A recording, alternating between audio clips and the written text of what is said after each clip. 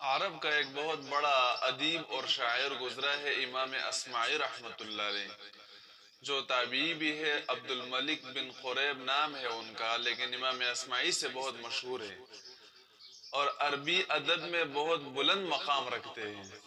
بہت بڑا نام ہے عربی ادب میں ان کا۔ تو ایک مرتبہ امام اصمعی رحمۃ اللہ علیہ اور ایک دوسرے عربی لغت اور ادب کے بہت بڑے امام تھے، یہ دونوں ایک وزیر کے پاس بیٹھے ہوئے تھے۔ اس زمانے میں رواج یہ تھا کہ جو بڑے بڑے ادباء اور شعراء ہوتے تھے، لغت اور ادب کے ماہرین ہوتے تھے، تو وہ بادشاہوں کے پاس، وزیروں کے پاس جاتے تھے، تو بادشاہ اور وزیر ان کو تحفے تحائف دیتے، تو اسی سے ان کا خرچہ ہوتا تھا، گزر بسر ہوتا تھا۔ تو اسی طرح امام اصمعی اور ایک دوسرے لغت کے بہت بڑے امام، یہ دونوں ایک وزیر کے پاس بیٹھے ہوئے تھے۔ تو وزیر نے امام اصمعی سے پوچھا کہ آپ نے گھوڑے پر کتاب لکھی ہے یا نہیں؟ تو امام اصمعی رحمۃ اللہ علیہ نے فرمایا کہ جی ہاں، میں نے گھوڑے پر ایک کتاب لکھی ہے، کتاب الخیل کے نام سے۔ خیل کا معنی گھوڑا۔ تو وزیر نے پوچھا کہ کتنے جلدوں میں ہے؟ امام اصمعی نے کہا کہ ایک ہی جلد میں ہے۔ تو پھر وزیر نے اس دوسرے امام سے پوچھا کہ آپ نے گھوڑے پر کوئی کتاب لکھی ہے یا نہیں؟ انہوں نے کہا میں نے بھی کتاب الخیل لکھی ہے، لیکن 50 جلدوں میں، صرف گھوڑے پر 50 جلدوں میں کتاب لکھی ہے۔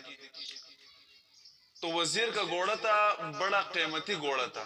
تو وزیر نے اس دوسرے امام کو کہا کہ آپ نے 50 جلدوں میں گھوڑے پر کتاب لکھی ہے، تو کچھ لکھا ہوگا نا اس میں۔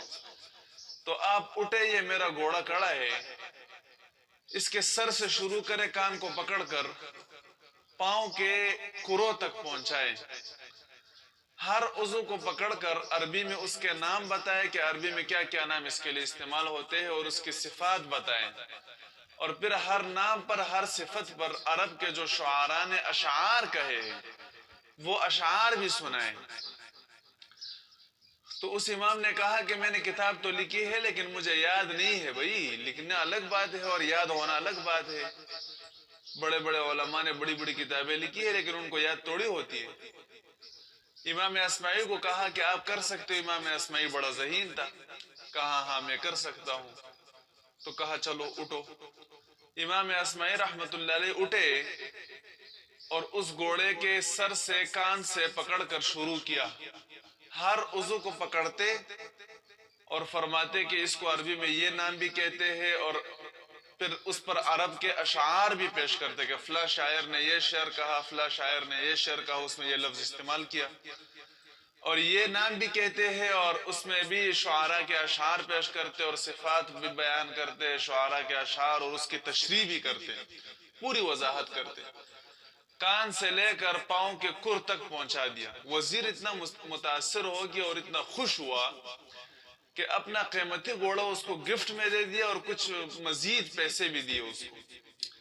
تو امام اصمعی فرماتے ہیں کہ جب میں اس دوسرے امام کی ملاقات کے لیے جب بھی جاتا تو اس گھوڑے پر بیٹھ کر جاتا، تاکہ اس کو جو ہے غصہ آ جائے اور غیرت آ جائے، تو اس کو غصہ کرنے کے لیے اسی گھوڑے پر بیٹھ کر جاتا، تاکہ اس کو پتہ چلے کہ بھئی میں نے مقابلہ اس سے جیتا تھا۔